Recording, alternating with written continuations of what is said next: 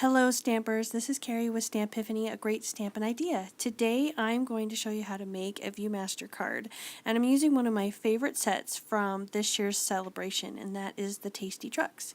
Here you can see I've made kind of a prototype, just kind of test it out and see, and don't worry about the truck being kind of cropped there because that gets fixed. I moved the truck over, I stamped it over a little more to the left, and now I'm going to cut the window out. Now just a little bit of an explanation here. One of my children lost my X-Acto knife, so I had to pilfer someone's box cutter, and sadly this might hurt someone's eyes to just watch this, but I had to use a box cutter to cut the inside of this little truck window out. It is doable, so if that's all you've got, obviously it will still work. I am going to have to get myself a new X-Acto knife apparently. But anyway, for today we're just going to use this box cutter. So I'm just cutting the window out, and that's what the image is going to show through. And this one's pretty easy because it's just straight lines except for the little awning that's above. Now I did not choose to intricately cut out the little scallop of that awning, because first of all, I have a box cutter. Let's just face it, that's just not going to work. And even with an X-Acto knife, I think it would just be a huge pain. So what I decided to do was just to cut straight across underneath the scallops, and actually it looks just fine in the finished product, and I'm totally happy with it. So once you have the window cut out, we have to do some penciling and some measuring here. This is not a hard card to make, it just has a few steps to it to make it all come out. So now that that is done, you can see it gave it a little rough cut there, but it's a box cutter. I just have to find my X-Acto knife someday. So what we're going to do, when you're going to make a Viewmaster card, you need to have a piece of white scrap paper. This could be copy paper, this could be just some cardstock you have laying around. And you fold it in half one direction and fold it half the other way. And that is so you can find the center of the circle. And that's what we need. This is going to become a great measuring tool for us later, and also a place for us to know where to put our bread. So I've taken a piece of Whisper White cardstock and my circle dies, and I've cut a 4-inch circle out of my Whisper White cardstock, and I'm using that scrap and a foam mat to poke a hole in there. So that helps me to see the center. That way I don't have to fold my Whisper White cardstock. Now that I know the center, I need to find out where I want to put the circle onto the card so that as I turn it, the little images will show behind the truck. And so here I'm just gauging it, making sure it's not up too high, making sure it's not too low. Once I'm happy with it, then the next step is to poke a hole into my card front there so I know where to put the brad. And so there's going to be a few times where we're going to put the brad through and take the brad out, and that's just so that we can keep things lined up correctly, so when the final project is done, all the images are where they should be. So you saw me poke a hole there in the card front. Now I'm just going to take a brad and I'm going to temporarily put these two together, and it'll hold it so it'll spin on that axis there and make sure that I get all the tracing done. So that's the next step that we're going to do. So remove the foam, kind of put that foam mat aside for the moment. And so what we're going to do now, you see there I drew one already, is we're going to take a pencil and just lightly trace the inside of the window of the truck there.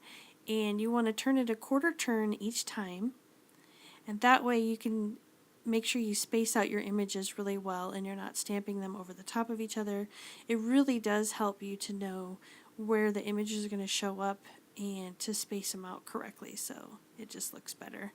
You could probably fit more than 4 images on this circle if you wanted to. I just did 4 images here, but it's something to play around with. This is a great interactive card. I think for any age, it's just fun.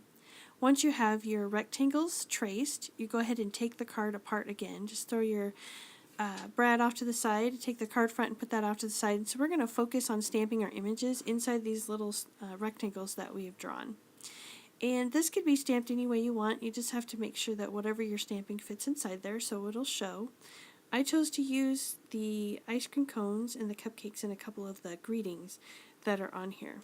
So when you're stamping 3 across here like I am, always start with the center and then work your way out. That way you make sure that your space is going to be pretty even on both sides. If you try to stamp starting from the left or starting from the right, you might end up either running out of room or actually squishing them too much to one side. So I've got my ice cream cones done. Now I'm doing my little mini cupcakes, doing the same thing, starting with the center and working my way out. And then the other two rectangles, I'm going to use my greeting. Now this greeting in the stamp set is a vertical one. It goes all the way across, and that wouldn't fit in my window. So I took my scissors and I cut it apart. It doesn't hurt your stamp as long as you don't cut the image itself. You just cut in between. And that way I could stack the words on top of each other, and then they would fit in my window really nicely. I'm just using some basic black, and all the supplies will be listed down in the description box below. And then of course I wanted to make sure it said happy birthday. The happy birthday isn't in the Tasty Trucks, but it is in our Sprinkles of Life stamp set. That was last year's Ronald McDonald House one, I think. I think it was. So that had a nice happy birthday in there that fit perfectly in that window, so that's why I used it. So now I'm just taking the banners and I'm just stamping those in the upper left hand corner, and how I'm matching is just taking the little bows that are on either side, actually just on the left side, and I'm just overlapping it just ever so slightly so it looks like they're tied together and strung across the left side of my card. Now when it comes to coloring, I didn't want to bore you to tears here and have you watch me color the entire card. So after I get all of the stamping done, I did all of my coloring and I just used my markers. You can watercolor it, you can marker it, you can, whatever you like to do, colored pencils. I just use my markers.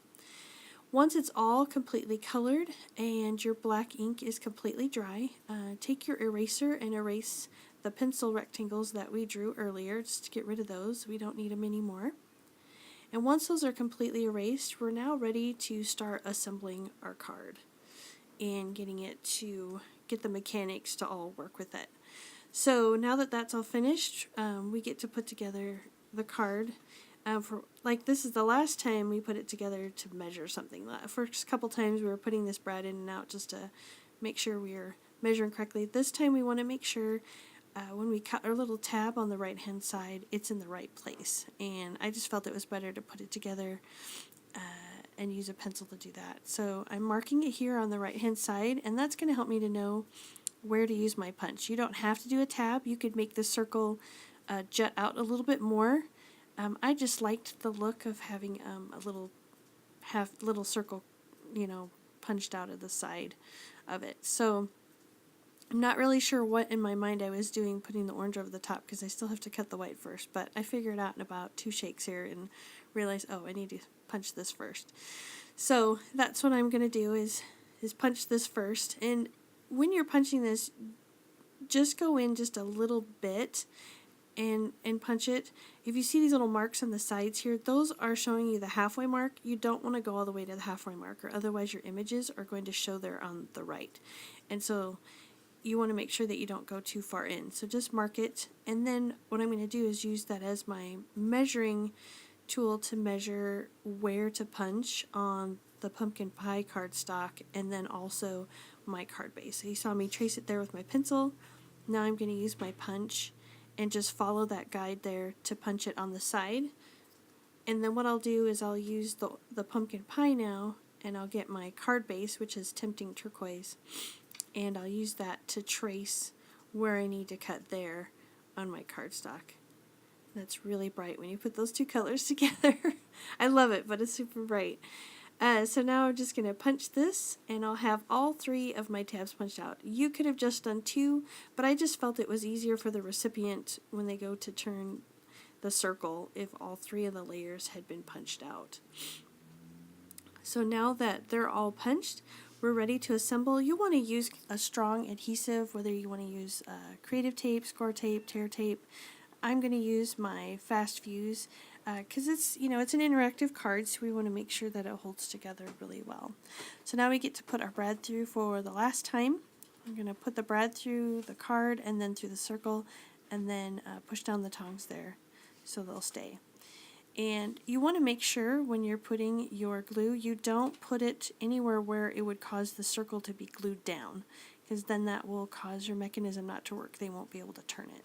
So just go up to the circle and stop.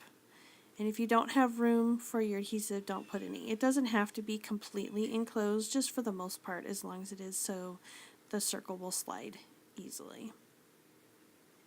And I just love my fast fuse. It sticks really, really well, and it's really strong. So I'm going to put, so now I'm just layering the card, finishing that up, and that just gets layered on the pumpkin pie.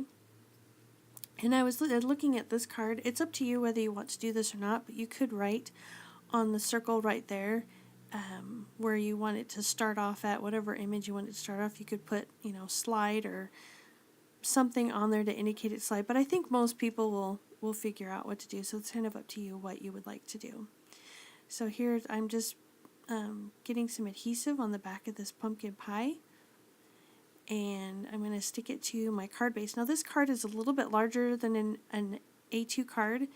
I don't remember what the finished size was. It's almost a 5x7, but not quite. The sizes will be down in the description box. But once you have this on here, the reason I kind of like layering it this way is when you open up the card, it's all covered. You don't have to see any of the raw edges, and it just works. And I just think it has a nice finished look to it. So I hope you enjoyed this card. This card isn't really that hard to put together.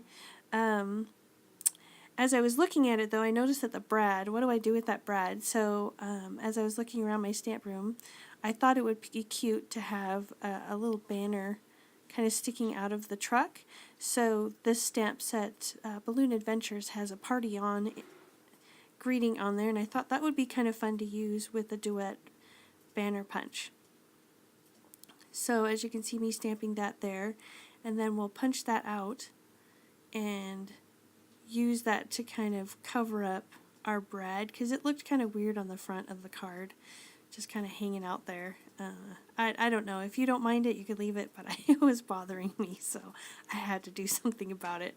So this is the Duet banner punch. I can use that banner and for another card, and we'll use this one on this card, and that's just stamped in basic black ink.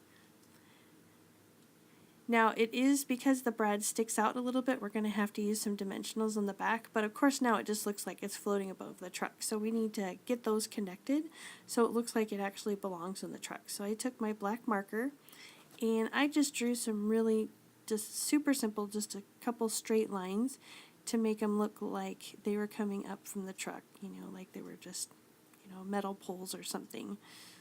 A little party truck is what we're turning this into. And so once those are drawn, and I just used my banner there as a gauge to make sure that I didn't draw them too wide or too narrow. So grab your dimensionals. Oh, here, I'd forgot that I had colored a little bit outside the line, so I'm just taking my white gel pen and just kind of cleaning that up a little bit. White gel pen's really great for that when you're coloring with markers, and you get a little bit out of the lines and get a little messy, then you can cover it up with that. So. And then I noticed that my little flags on the end, the little circles weren't colored in, and so I'm just taking my black marker and coloring those in, just kind of finish it off. Sometimes that happens when you're coloring stuff in. You might miss a little area or something, so you go back over it. So I put my dimensionals on the back, and now that's covering up my silver brad there, make it look a little neater, and I think it looks fun with the banner on the top that says party on. I know Annie would be happy to receive this card, and this is definitely one that isn't hard to make, but it's definitely something you want to give to someone special. So I hope you enjoyed the card today, and thanks for stopping by. Have a great day.